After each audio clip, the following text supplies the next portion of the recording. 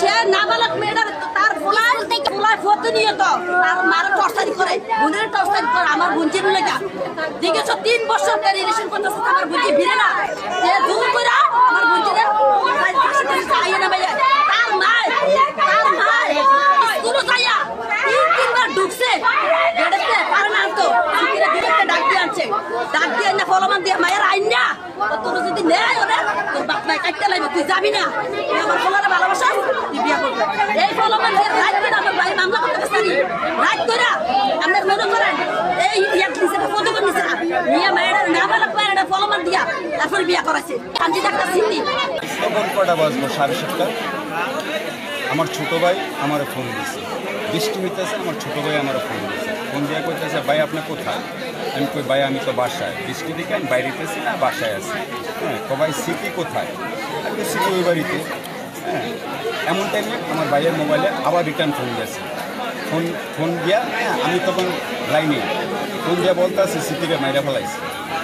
হ্যাঁ তখন আমি চিৎকার দৌড়ছি, আমার ভাইও আমার চিৎকার দিয়ে ভাই তাড়াতাড়ি বাইরে হলো, স্মৃতিকে তো মেরে আমি চিৎকার বাইরে আসছি, আইসা দেখিয়ে এলাম। হ্যাঁ এখন সব দরজা লক করা। পরে ছেলের মায় দাঁড়ায় রয়েছে দরজার ভিতরে। ছেলের মারে জিগাইলাম ভাবি স্মৃতি কই? আমার পাড়াই দিলে হ্যাঁ দেবরের বাসায়, ওই বাসায় আছে। দৌড়ে ওই বাসায় গেলাম।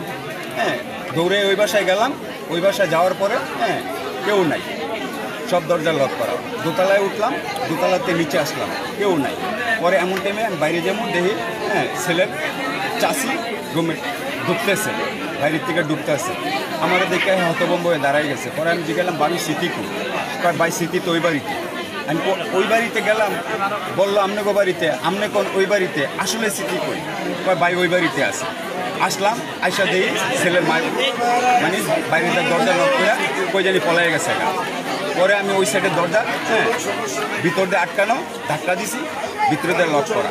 পরে জোরে যখন লাথি দিছি, লাথি দেওয়ার পরে দরজা খয়ে গেছে। দেই হ্যাঁ লাশের পাশে ছেলের দাদি বয়ে রয়েছে। আমি চিৎকার দিলাম এটা কি করলেন আপনারা? এই কথা কইছে। হ্যাঁ মেয়েটার ফালাই গিয়ে মানে হ্যাঁ আস্তে করে গড়তে বাড়িয়ে গেছে। এইটুকুই জানি। তারপরে আস্তে আস্তে মানুষ জানাজানি হয়ে এই অবস্থা। হ্যাঁ আমার মেয়ে।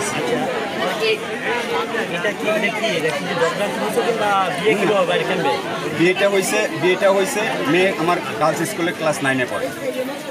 হ্যাঁ তারপরে একদিন তাদের বাড়িতে দোতলা নাকি ওই ওর চাষার বাড়িতে কারে বিয়ে দেয় কি আসলে বিষয় জানি না, অনুষ্ঠান। হ্যাঁ অনুষ্ঠান চলতেছে। হ্যাঁ তখন ছেলের মা স্কুলে গেছে, স্কুলে গেছে 4 বার গেছে, স্কুলে 4 বার গিয়ে ঢুকছে। মেয়ের সাথে কোনো কথা বলতে পারে না, মেয়ে 5 তলায়, ঠিক আছে, কথা বলতে পারতেছে না।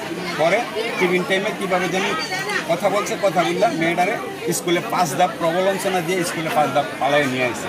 তারপরে আমরা যাই শুনে আসলাম, আসার পরে আমার ছোটো ভাই বেড়াদর যাই আসলো, আইসা আরও লোকজন ছিল, এরা বসলাম, বৈশা এরপরে মনে করেন যে মানে একটা সিদ্ধান্ত নিতে চেয়েছিলাম, কিন্তু তারা কোনো সিদ্ধান্তই মানে না। আমার এক বাগিনা হ্যাঁ পুলিশে চাকরি করে, উনি প্রস্তাব দিল যে করছে আপনারা এই শুক্রবারে, পরের শুক্রবারে আপনারাও 5 জন আসেন, আমরাও 5 জন নিয়ে বসে যেভাবে এটা সমাধান, সুন্দর সমাধান হয় এই সমাধান করি। ঠিক আছে, এরা মানতেই রাজি না, ঠিক আছে, মানে তারা উচ্ছৃঙ্খল। হ্যাঁ লাস্টে দিয়ে আমাদেরকে, আমরা থেকে ভাড়াটিয়া, হ্যাঁ আমাদেরকে উল্টো অপমান করে হুমকি দুমকি দিয়া, মেয়ের আটকে রেখে হুমকি দুমকি দিয়া, হ্যাঁ লাস্টে দিয়া আমাদেরকে বাইর করে দিল। এখন থেকে নিরুপায় হয়ে চলে গেলাম। পরে নাকি এরা কেমনে কোথায় নিছে, কী করছে না করছে, কেমনে বলে বিয়ে করাইছে। ঠিক আছে, তারপরে চিন্তা করলাম যে বিয়ে শাদী হয়ে গেছে, রাগ গোসা করে আমরা রইলাম।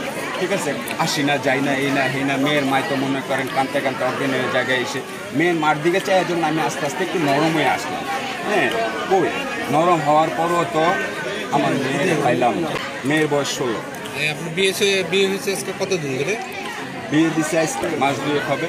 তারপরে আমি মেয়েরে জিজ্ঞাসা করছিলাম, আমার কথা হইলো কি, আমার মেয়েটা আইন না, তোরা প্রবঞ্চনা দে আইন না, আমরা এতজন মানুষ আসলাম, তোদের কাছে প্রস্তাব রাখলাম, তারপরও তোরা আমাদের প্রস্তাব গ্রহণ করলি না। কোনো আমার মেয়ে যদি কোনো অপরাধ করে থাকতো বা কোনো কিছু করে থাকতো আমারে জানাইতি বা আমারে বলতি, আমি আমার মেয়ের পদক্ষেপ নিতাম। হ্যাঁ এখন আমি আর কিছু চাই না, আমি চাই হ্যাঁ আপনাকে প্রশাসনের কাছে, হ্যাঁ আমি এটা বিচার চাই, দ্রুত বিচার চাই। কি আপনারা মিডিয়া আছেন, এটারে ভালো করে যেভাবে আমি বিচার পাইতে পারি আপনাদের কাছে আমার এই আকুল আবেদন রইল, আমি যাতে এটা সঠিক বিচারটা পাই, আপনারা এটাই দৌড়াতে